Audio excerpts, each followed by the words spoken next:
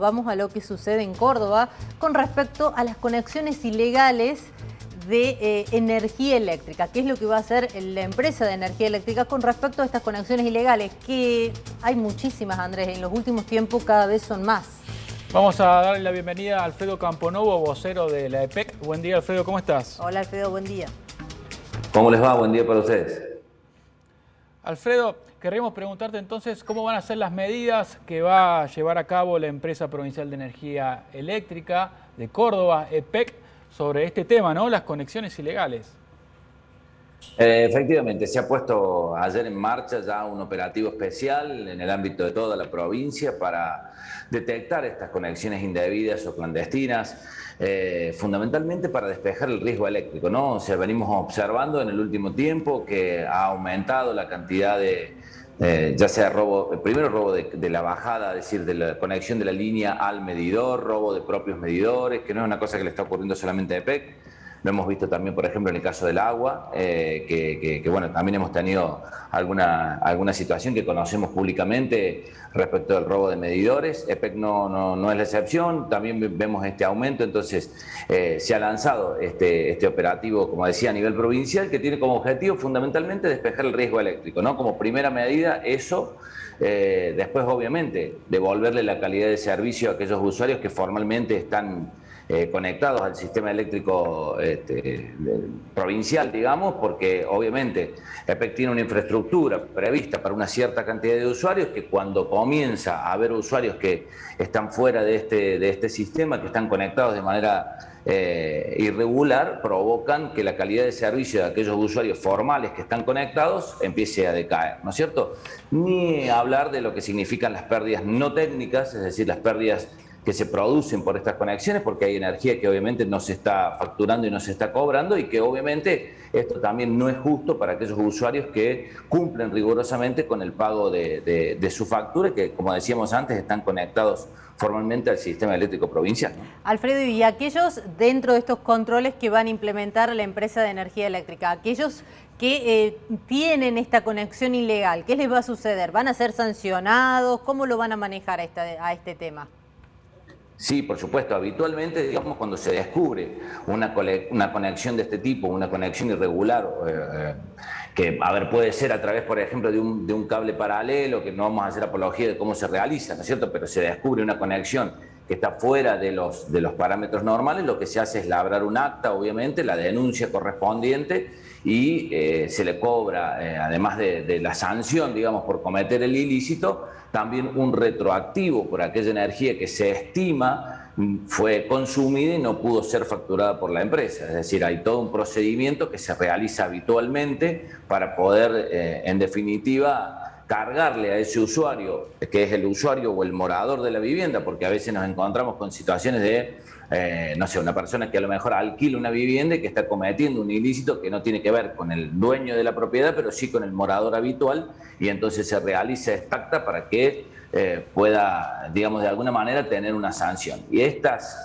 situaciones, digamos, estas actas, estas multas que se imponen ante la situación de un ilícito tienen la misma rigurosidad que una factura. Es decir, si aquel usuario, morador, habitante de ese domicilio, que puede ser un usuario residencial, o puede ser un usuario comercial, o puede ser una categoría de usuario industrial, comete ese delito, comete ese fraude y no abona en tiempo y forma lo que la empresa le impone, también es plausible de que sea suspendido su servicio de energía, digamos, que tiene de manera regular. Entonces, esto es, digamos, un poco el procedimiento que habitualmente se realiza para poder de alguna manera tener o cobrar a ese usuario aquella energía que consumió y que no pagó debidamente.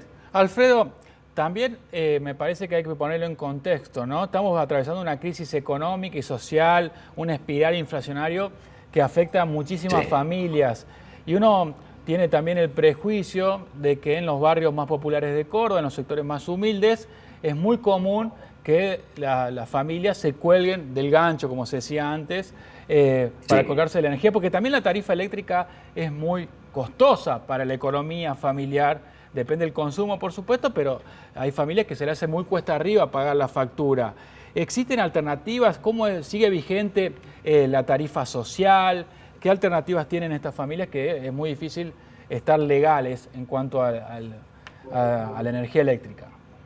Bueno, primero que nada hay que decir que este tipo de operativos no son exclusivamente en zonas vulnerables o zonas de menor poder adquisitivo, sino que se realizan en todos los espectros de la sociedad, ¿no? Es decir, no están destinados solo a sectores vulnerables. Me parece que esto es importante aclararlo porque se hacen en distintos ámbitos, incluso en lugares donde, a ver, podemos calificar de ABC1, ¿no? O de mayor poder adquisitivo. Esto es... Bien. Digamos, esto no está destinado solamente a un sector social y, a ver, tenemos que ser absolutamente honestos, hay conexiones indebidas en todos lados, ¿no? Esto por un lado. Segundo, sí, está vigente obviamente la tarifa social, no se desconoce la situación o el contexto en el que estamos inmersos todos los argentinos.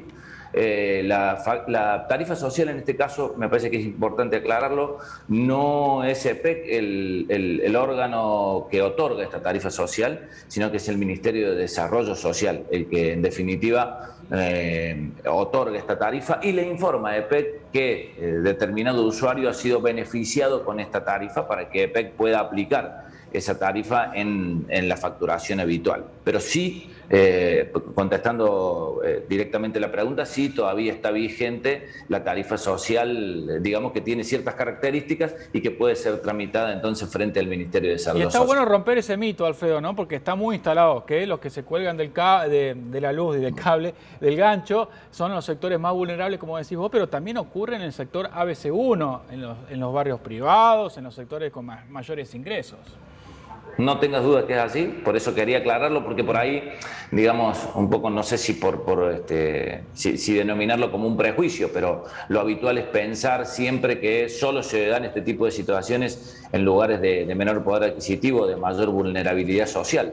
Y la realidad es que también ocurre en otros sectores y que son esos sectores atacados con la misma rigurosidad que cualquier otra situación. ¿Tienen relevado cuántos son los sectores, cuántas son las familias aproximadamente que viven en esta situación irregular con respecto a las conexiones de energía eléctrica? No, porque en realidad el procedimiento, digamos, para detectar una conexión de este tipo, indebida o ilegal, tiene, a ver, distintas vías. Una puede ser a través de la denuncia que puede realizar cualquier usuario y que lo hace de manera anónima a través de la web. Ingresa a epec.com.ar. Allí puede hacer la denuncia para que la cuadrilla de ilícitos vaya y detecte si efectivamente hay una conexión ilegal o irregular. La otra es con estas inspecciones. Lo que se tiene previsto es realizar durante el 2022, alrededor de 84.000 inspecciones. Esa es la idea o, digamos, el objetivo que se ha puesto por parte de la empresa, realizar 84.000 inspecciones. Después veremos cuáles de esas 84.000 arrojan un resultado positivo, es decir, si definitivamente se detecta, se descubre una situación de fraude en esas inspecciones, ¿no? Obviamente que el porcentaje va variando de acuerdo a distintas situaciones o circunstancias socioeconómicas que vamos viviendo en la habitualidad, digamos, pero un número concreto, real de cuántas conexiones ilegales hay, no podemos saberlo hasta que no se realizan las inspecciones concretamente. Por último, Alfredo, si bien lo preguntamos, pero quisiera repetirlo, ¿no? Si nos pudieras dar un rango de mínimos y máximas sanciones económicas para aquellas personas que están conectadas ilegalmente a la energía eléctrica. Claro, el tema es que no tengo un número concreto, claro. Hay que tener en cuenta que depende también de la actividad, ¿no? Es decir, no es lo mismo el cálculo que se hace para la retroactividad y para cobrar una sanción, una multa a un usuario residencial, una casa de familia, un hogar que tiene los artefactos habituales, una heladera, 1, 2, 3 televisores, un aire acondicionado, a que el fraude se ha detectado en un comercio, que a lo mejor tiene, no sé, cámara frigorífica o que tiene una cámara de frío, digamos, no frigorífica, sino una cámara de frío o, digamos, o dispone de muchas más heladeras para refrigerar. Entonces, esas situaciones, de acuerdo a un consumo estimado con los elementos o los electrodomésticos o los aparatos que dispone ese lugar donde se detectó el fraude, es a partir de allí que se puede hacer el cálculo. Bien, te agradecemos muchísimo el contacto con Crónica Matinal. Allí quedó instalado el tema. 84.000 van a ser las inspecciones que se van a realizar este año tratando de detectar las conexiones ilegales. Que tengas buen día, Alfredo. Abrazo grande. Gracias. Un abrazo para ustedes y gracias por el contacto.